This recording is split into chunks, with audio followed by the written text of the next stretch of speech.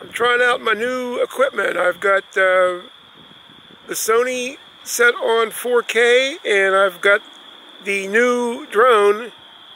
I got a Mavic Air 2. The old Spark just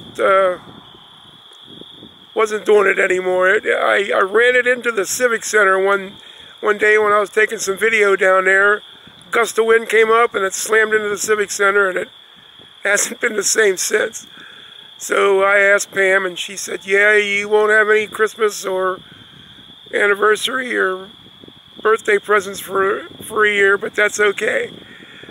So I'm trying to see if my computer is going to be able to handle 4K video. So I'm shooting everything on 4K for the first time as an experiment.